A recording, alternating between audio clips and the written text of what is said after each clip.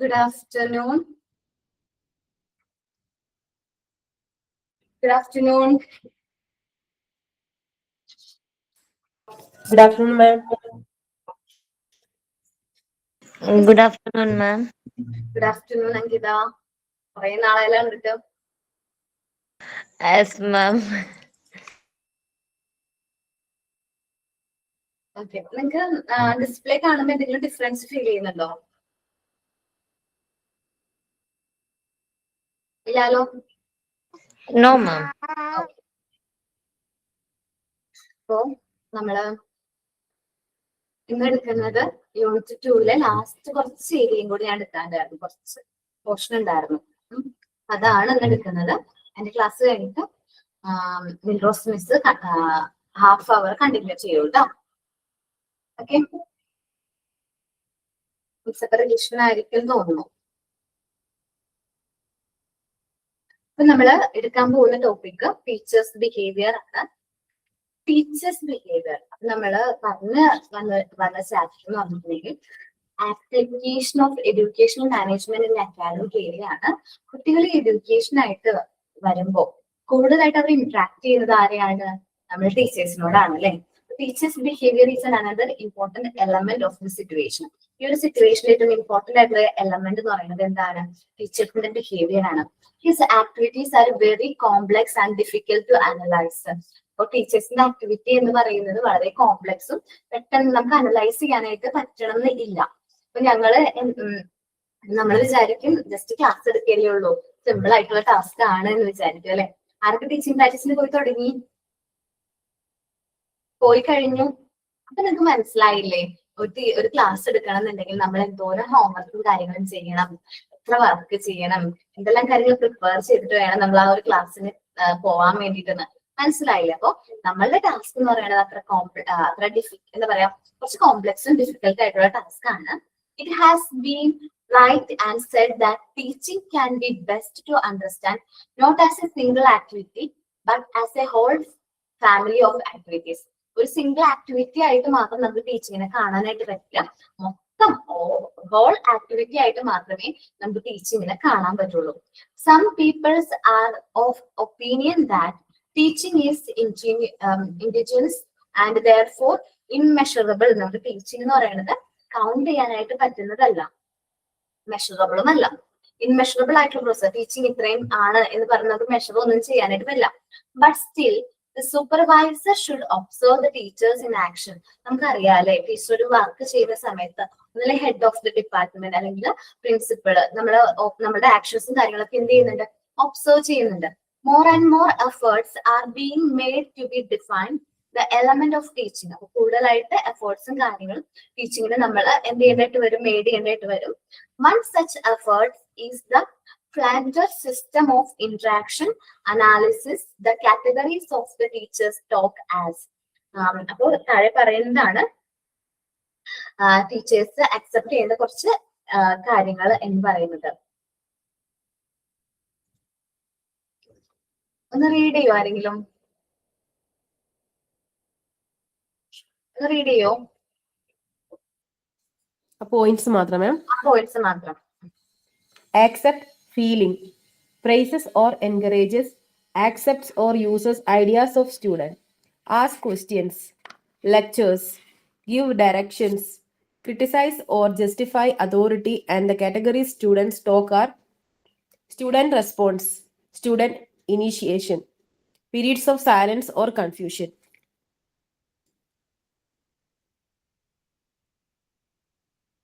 എന്റെ ഡിസ്പ്ലേ ചെറുതായിട്ട് കിടക്കുന്നത് എനിക്ക്, അപ്പൊ കുറച്ച് ഡിഫിക്കൽറ്റ് ഉണ്ട്. പറയാം. അക്സെപ്റ്റിംഗ് ഫീലിങ്സ്, കുട്ടികളുടെ ഫീലിങ്സ് മനസ്സിലാക്കാനായിട്ട് ആർക്ക് പറ്റണം? നമുക്ക് ടീച്ചേഴ്സിന് പറ്റണം. ഇപ്പൊ നിങ്ങൾ ഫസ്റ്റ് ക്ലാസ്സിലൊക്കെ വന്ന സമയത്ത് ഓൺലൈൻ ക്ലാസ് ആണല്ലോ. ടീച്ചർ എനിക്ക് ഭയങ്കര ആദ്യം ഞാൻ എന്റെ ഇൻസ്റ്റിറ്റ്യൂട്ടിൽ ജോയിൻ ചെയ്ത് ക്ലാസ് സ്റ്റാർട്ട് ചെയ്ത സമയത്ത് എനിക്ക് ഓൺലൈൻ ക്ലാസ് ആണ്. മുമ്പ് വരെ കുട്ടികളുടെ മുഖം കണ്ടത് റീഡ് ചെയ്തിരുന്ന ആളാണ് ഞാൻ. വെച്ചാൽ അവരെന്താണ്, അവർ മുഖത്ത് വരുന്ന ഭാവങ്ങളും കാര്യങ്ങളൊക്കെ കണ്ട് മനസ്സിലാക്കി കൺഫ്യൂഷനോ കാര്യങ്ങളൊക്കെ ഉണ്ടോന്ന് ആദ്യം തന്നെ മനസ്സിലാക്കാൻ പറ്റും. നമ്മൾ ഒരു കുട്ടിയുടെ മുഖം കണ്ട് അവർക്ക് അപ്പോൾ ടോപ്പിക് ക്ലിയർ ആണോ അല്ലയോ എന്ന് മനസ്സിലാക്കാൻ പറ്റും. പക്ഷെ ഓൺലൈൻ ക്ലാസ്സിലേക്ക് വന്നു കഴിഞ്ഞപ്പോൾ അതിന്റെ ഡിഫിക്കൽട്ടീസും കാര്യങ്ങളും ഞാൻ നന്നായിട്ട് ഫേസ് ചെയ്തു. കാരണം എന്താ വെച്ചാല് കുട്ടികൾക്ക് എന്താണ് അവർ എക്സ്പീരിയൻസ് ചെയ്യുന്നത്, നിങ്ങളുടെ ഫേസ് ആരുടെയും ഫേസ് കാണുന്നില്ല. അത് ഫസ്റ്റ് ഓഫ് ഓൾ. അപ്പൊ നിങ്ങളുടെ ഫീലിങ്സ് ഒന്നും മനസ്സിലാവുന്നില്ല, നിങ്ങൾക്ക് ഡൗട്ട് ഉണ്ടോ കാര്യങ്ങളുണ്ടോ. പിന്നെയും ഞാൻ വെയിറ്റ് ചെയ്യും, ആരെങ്കിലും തമ്പായിക്കുന്നുണ്ടോ, ഡൗട്ട്സ് ഉണ്ടോ, വീണ്ടും ക്ലിയർ ആയോ എന്നൊക്കെ ചോദിക്കും. അപ്പൊ നമ്മളുടെ ടീച്ചേഴ്സിന്റെ മെയിൻ ആയിട്ടുള്ള ബിഹേവിയർ എന്ന് വെച്ചാൽ അവരുടെ കുട്ടികളുടെ ഫീലിങ്സും കാര്യങ്ങളും അക്സെപ്റ്റ് ചെയ്യാൻ പറ്റണം, അവരെ എൻകറേജ് ചെയ്യാൻ പറ്റണം. Accept and use the ideas of students, കുട്ടികളുടേതായ ഐഡിയാസും കാര്യങ്ങളും നമ്മൾ അക്സെപ്റ്റ് ചെയ്യണം. ആസ്ക് ക്വസ്റ്റ്യൻസ്, അവരോട് ചോദ്യങ്ങൾ ചോദിക്കണം, നമ്മൾ ക്ലാസ് എടുക്കണം, അവർക്ക് വേണ്ട ഡയറക്ഷനും കാര്യങ്ങളും പറഞ്ഞു കൊടുക്കണം. ഒരു കാര്യം ചെയ്യാനായിട്ട് അവർക്ക് വേണ്ട ഡയറക്ഷനും കാര്യങ്ങളും പറയണം. ഇനി criticise and justify with authority. ഇനി കുട്ടികൾക്ക് മിസ്റ്റേക്ക് എങ്ങാനും പറ്റിക്കഴിഞ്ഞാലോ നമ്മൾ അവരെ ക്രിട്ടിസൈസ് ചെയ്യണം, സ്റ്റുഡൻസിനോട് സംസാരിക്കണം. സ്റ്റുഡൻസ് റെസ്പോണ്ട് ചെയ്യുമ്പോൾ അവർക്ക് നല്ലതാണ് കേട്ടോ, എന്ത് വർക്ക് അത് ചെയ്താലും നല്ലതാണ് കേട്ടോ, അല്ലെങ്കിൽ അവരെ ഒരു ചെറിയ കാര്യമായിരിക്കും എന്നാൽ പോലും നമ്മൾ അവരെ അപ്രിഷിയേറ്റ് ചെയ്യണം. സ്റ്റുഡന്റ് ഇനിഷ്യേഷൻസ്, അവരെ ഒന്നും ചെയ്യാൻ പറ്റുന്നില്ല, അവരെ ഇനിഷ്യേറ്റ് ചെയ്യാനായിട്ട് നമ്മൾ എന്ത് ചെയ്യുക, പ്രോത്സാഹിപ്പിക്കണം. Period of silence or confusion, അപ്പൊ നമ്മൾ കൺഫ്യൂഷനോ അങ്ങനെ എന്തെങ്കിലും കാര്യങ്ങളൊക്കെ ഉണ്ടെങ്കിൽ അതെല്ലാം ക്ലിയർ ചെയ്ത് കൊടുക്കണം. 1 minute.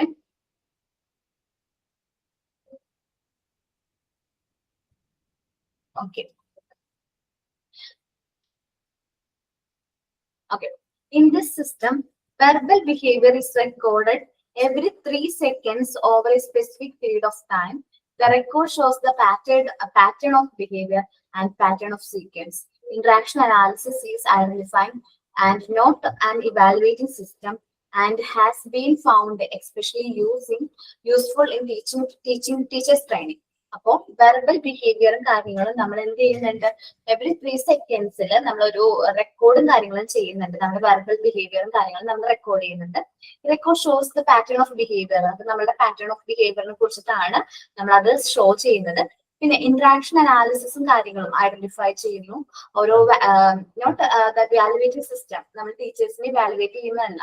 നിങ്ങൾ പറയുകയാണെങ്കിൽ നിങ്ങൾ ടീച്ചിങ് പ്രാക്ടീസിന് പോയ സമയത്ത് ആരൊക്കെയാണ് സാരി ഒക്കെ വിയർ ചെയ്ത് പോയിരിക്കുന്നത് എന്ന് വെച്ചാല് വെർബൽ ആയിട്ടുള്ള ബിഹേവിയർ അല്ല, അല്ലാത്തൊരു ബിഹേവിയർ ആണ് നമ്മൾ പറയുന്നത്, ബോഡി ലാംഗ്വേജ് ആണ് അത് പറയുന്നത്. സാരി ഒക്കെ യൂസ് ചെയ്തിട്ടാണ് അല്ലെങ്കിൽ നമ്മൾ അങ്ങനെയാണ് പോകുന്നതെങ്കിൽ നമുക്ക് കുറച്ചും കൂടി ഒരു ടീച്ചിങ്ങിന്റെ ഒരു കോൺഫിഡൻസും കാര്യങ്ങളും കിട്ടും അല്ലേ. ആരെങ്കിലും അങ്ങനെ പോയിരുന്നോ? ഓക്കെ, പോയിട്ടുണ്ടായിരുന്നോ എല്ലാവരും? അപ്പൊ നമ്മള് കുട്ടികളായിട്ട് നല്ല രീതിയിൽ ഇന്ററാക്ട് ചെയ്യണം. First day I went like that only. After that, ma'am told you don't want to wear sarees. You can come as usual, how you want like that. So after that, I wear salwars and all.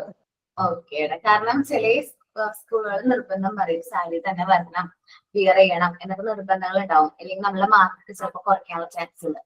അത് കേട്ടെ, അത് എല്ലായിടത്തും അങ്ങനെ ആവണമെന്നില്ല കേട്ടോ പറഞ്ഞു. അപ്പൊ നമ്മുടെ ബോഡി ലാംഗ്വേജും വെർബൽ ബിഹേവിയറും, ഒരു ടീച്ചറിന്റെ body language and verbal behaviour കുട്ടികളെ നല്ല രീതിയിൽ ഇൻഫ്ലുവൻസ് ചെയ്യുന്നുണ്ട്. അതേപോലെ നമ്മൾ നമ്മുടെ കുട്ടികൾക്ക് നല്ല സപ്പോർട്ടും കാര്യങ്ങളും കൊടുത്ത് അവരുടെ റെസ്പോൺസിനും കാര്യങ്ങൾക്കൊക്കെ നല്ല രീതിയിൽ പ്രതികരിച്ച് നമ്മൾ അവരെ സപ്പോർട്ട് ചെയ്ത് അവരെന്ത് ചെയ്യാൻ നമ്മൾ ബേറ്റ് ചെയ്തെടുത്താണ് നമ്മൾ ഓരോ ടീച്ചേഴ്സിന്റെയും ഉത്തരവാദിത്തം. ഓക്കെ, നമ്മള് ഈ ഒരു ചാപ്റ്റർ എന്ന് പറയുന്നത് application of educational management in academic area ആയിരുന്നു എന്റെ ചാപ്റ്ററിന്റെ പേര് അല്ലെ. മൊഡ്യൂൾ 4 സെക്കൻഡ് യൂണിറ്റ് ആയിരുന്നു ഞാൻ എടുത്തത്. സോ നമ്മള് ഇപ്പൊ കോമൺലി കേൾക്കുന്ന ഒരു കാര്യമാണ് എഡ്യൂക്കേഷൻ മാനേജ്മെന്റ് എന്നുള്ളത്. പണ്ട് മാനേജ്മെന്റ് എന്ന് കേട്ടിട്ടുണ്ടാവും അല്ലെ, ചെറുപ്പത്തിലൊക്കെ മാനേജ്മെന്റ് എന്ന് പറയുമ്പോൾ ബിസിനസ്സിലൊക്കെ ഉള്ളൊരു കാര്യമാണ് എന്ന് വിചാരിച്ചിരുന്ന നമ്മള് എഡ്യൂക്കേഷൻ ഇൻസ്റ്റിറ്റ്യൂഷന് നല്ല പ്രോപ്പർ ആയിട്ടുള്ള മാനേജ്മെന്റും കാര്യങ്ങളൊക്കെ ഉണ്ട് എന്ന് മനസ്സിലാക്കിയില്ലേ ഈ ഒരു ചാപ്റ്റർ കൊണ്ട്? ഓക്കെ, അപ്പൊ അതേപോലെ തന്നെ ഇപ്പൊ മാനേജ്മെന്റ് ഒരു എഡ്യൂക്കേഷൻ ഇൻസ്റ്റിറ്റ്യൂഷൻ എന്ന് പറഞ്ഞിട്ടുണ്ടെങ്കിൽ എന്താ പറയാ, വളരെ ഇമ്പോർട്ടന്റ് ഒരുപാട് ടാസ്കും കാര്യങ്ങളും മാനേജ് ചെയ്യാനുണ്ടാവും. അവിടെ ഏറ്റവും കാര്യങ്ങളും എഡ്യൂക്കേഷൻ ഇൻസ്റ്റിറ്റ്യൂഷനെ സംബന്ധിച്ച് ആ ഒരു ഇൻസ്റ്റിറ്റ്യൂഷന്റെ അഡ്മിനിസ്ട്രേറ്റർ ആയിരിക്കും ഹാൻഡിൽ ചെയ്യേണ്ടതായിട്ട് വരുന്നത്. ഞാൻ നിങ്ങളോട് പറഞ്ഞിട്ടുണ്ടോ നമ്മളുടെ ഇൻസ്റ്റിറ്റ്യൂട്ടിലെ എഡ്യൂക്കേഷണൽ അഡ്മിനിസ്ട്രേറ്റർ ആരാന്നറിയോ?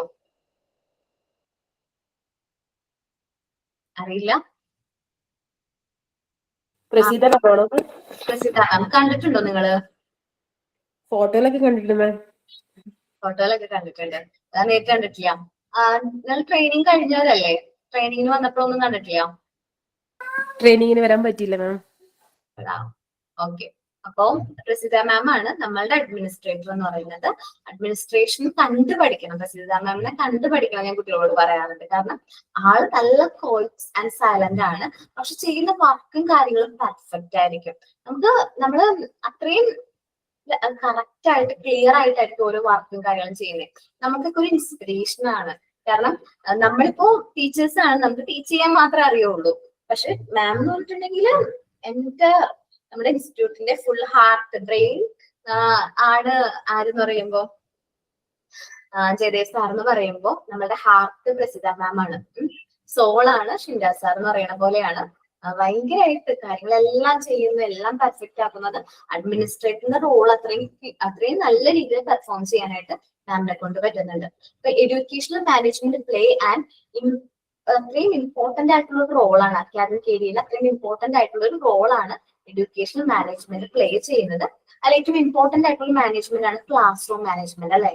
ക്ലാസ് റൂം ഒരു എഡ്യൂക്കേഷൻ പ്രൊവൈഡ് ചെയ്യുന്നതിൽ ഏറ്റവും ഇമ്പോർട്ടന്റ് ആയിട്ടുള്ള പ്ലേസ് ആണ് എന്ത്, ക്ലാസ് റൂം എന്ന് പറയുന്നത്. അപ്പൊ ഈ ക്ലാസ് റൂം പ്രോപ്പർ ആയിട്ട് മാനേജ് ചെയ്യുക, അവരുടെ കുട്ടികളുടെ curricular development is also basic of children's and teachers. ഇതെല്ലാം പ്രോപ്പർ ആയിട്ട് മാനേജ് ചെയ്യുക എന്നതൊക്കെ നമ്മുടെ എഡ്യൂക്കേഷൻ മാനേജ്മെന്റിന്റെ ഭാഗമാണ്. Classroom management is viewed as an organizational function in which tasks are performed in diversity of settings, resulting in inclusion of certain values, human respect, personality integrity, self-direction, group cohesion. എന്നുവെച്ചാൽ നമ്മളുടെ ഒരു education institution ആണെങ്കിൽ അവരുടെ main aim എന്ന് പറഞ്ഞിട്ടുണ്ടെങ്കിൽ നമ്മൾ എന്താ പറയുക, നല്ല ക്വാളിറ്റി എഡ്യൂക്കേഷൻ പ്രൊവൈഡ് ചെയ്യുക എന്തായിരിക്കും ഒരു എഡ്യൂക്കേഷൻ ഇൻസ്റ്റിറ്റ്യൂഷനെ സംബന്ധിച്ച് അവരുടെ എയിം എന്ന് പറയുന്നത്. ബട്ട് അവിടെ നമ്മൾ ആ ഒരു എയിം മാത്രമല്ല, അത് നേടിയെടുക്കാൻ വേണ്ടി നമുക്ക് ഒരുപാട് ആക്ടിവിറ്റീസും കാര്യങ്ങളും പെർഫോം ചെയ്യേണ്ടതായിട്ട് വരും, അല്ലെ?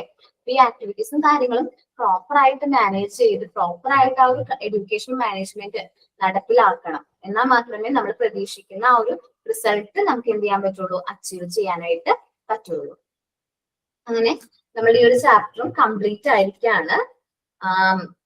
ഇനി ഒരു ക്ലാസ് കിട്ടുകയാണെങ്കിൽ ഞാൻ റിവിഷൻ തരാം കേട്ടോ.